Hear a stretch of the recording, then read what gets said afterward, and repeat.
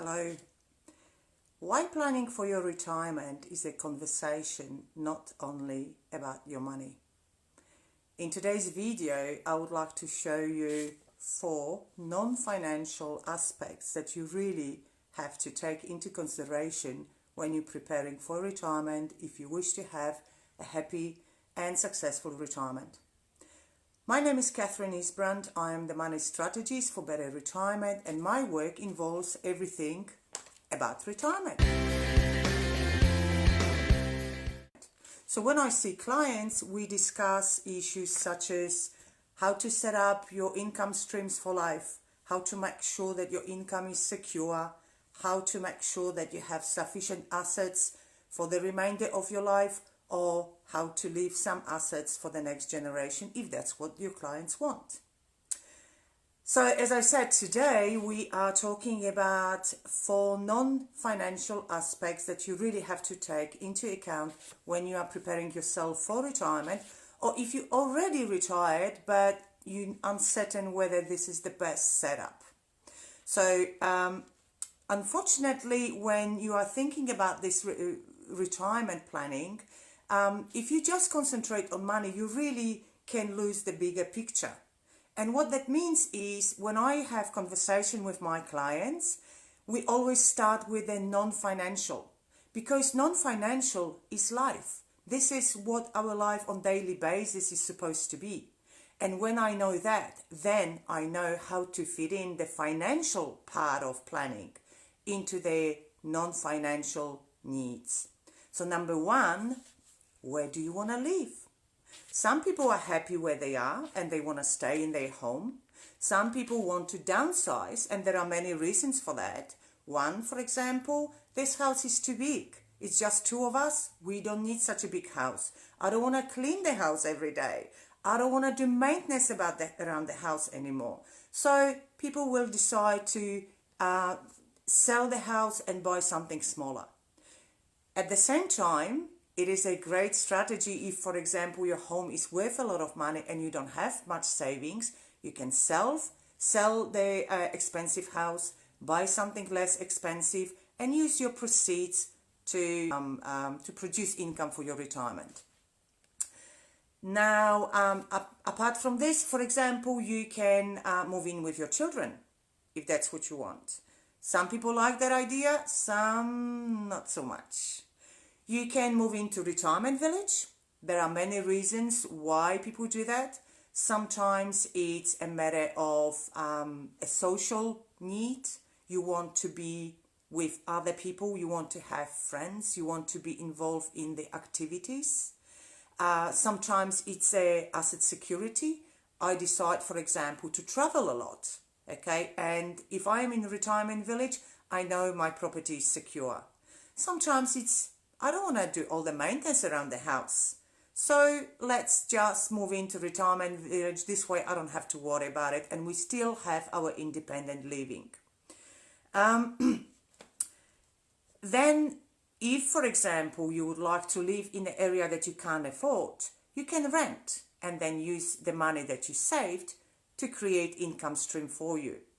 Or let's say you could have an idea that you could live with a friend. This way you can share all your expenses, and you have much pleasant daily living while you are with somebody else, not by yourself in the house. So as I said, decision such as your home is a non-financial decision. However, it will have a huge impact on your savings, on your cash flow, on your access to Centrelink, if you are or not eligible for Centrelink. So it will have a big financial and economic impact. But at the same time, it will have impact also socially on your family, on your friends, and things like your interests and your pastimes. Number two is decision how to organize your time. So what I mean by that is, before you were employed, you were working full time, you were very busy. You had to look after the family, you had to look after the house, all those duties that we have on an ongoing basis. Right now you're retired. What are you doing with all this free time? It's really good idea to prepare yourself for this situation. And surprisingly, you would not believe how many people decide to go back to work. And you think, well, hang on a second, they just retired. Why would they go back to work?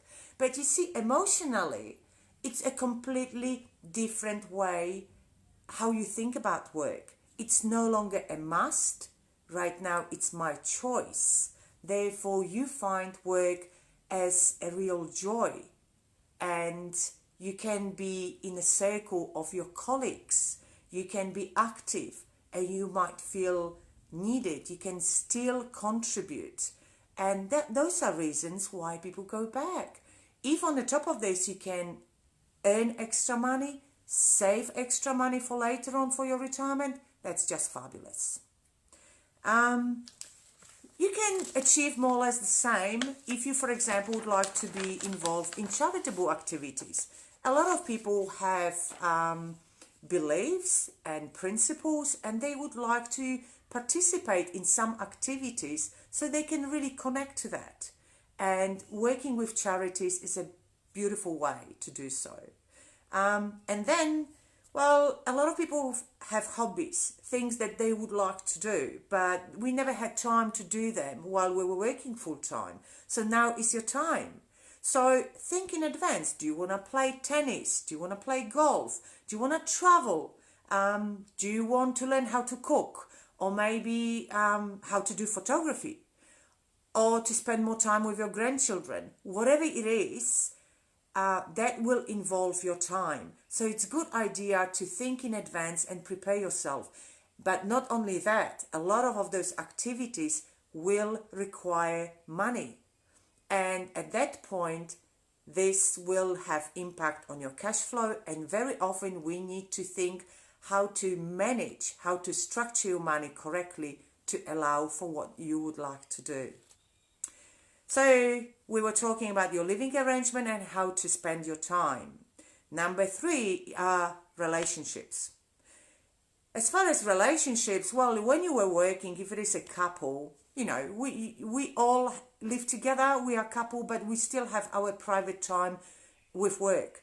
Now you're retired and it's 24/7 me and you. Some people are happy, some not so much. So in this case, you really have to be very honest. You have to have this honest conversation with each other and just say to each other, look, honey, I love you, but you like golf and I like chess. We need our separate time. So we need our me time, and then we have our time. And just make sure that this conversation is open and honest so nobody feels left out. And then obviously time with our families, with grandchildren if you have them, and most importantly, time with your friends. It's very important to have a circle of friends when you're retired. People in retirement who are lonely, this is the main cause, a very big cause for Alzheimer's and dementia-related diseases. So make sure that you stay very, very close with your friends. And number 4 is staying active and being healthy. I can't imagine being happy if I'm not healthy. So pay attention to your diet, be active, do exercises. Prevention is always better than cure. So, and not only that, allow budget for those exercises, for all the healthy needs that you've got. It's still better to spend money on that rather than if you get sick for hospitals and doctors. So those are my 4 non-financial aspects of preparation for retirement, while they do have big impact on your financial part. So I hope that this video was of benefit to you. If you would like to hear some more discussions about retirement planning, please give me some ideas and just write under the video. If you have suggestions, let me know. If you would like to hear more from you, like my business page, and this way you will be informed of any future videos that will come out. So I wish you all the best. Have a beautiful day. And if you are either retired or preparing yourself for retirement, I wish you a very happy and very successful retirement. All the best. Bye.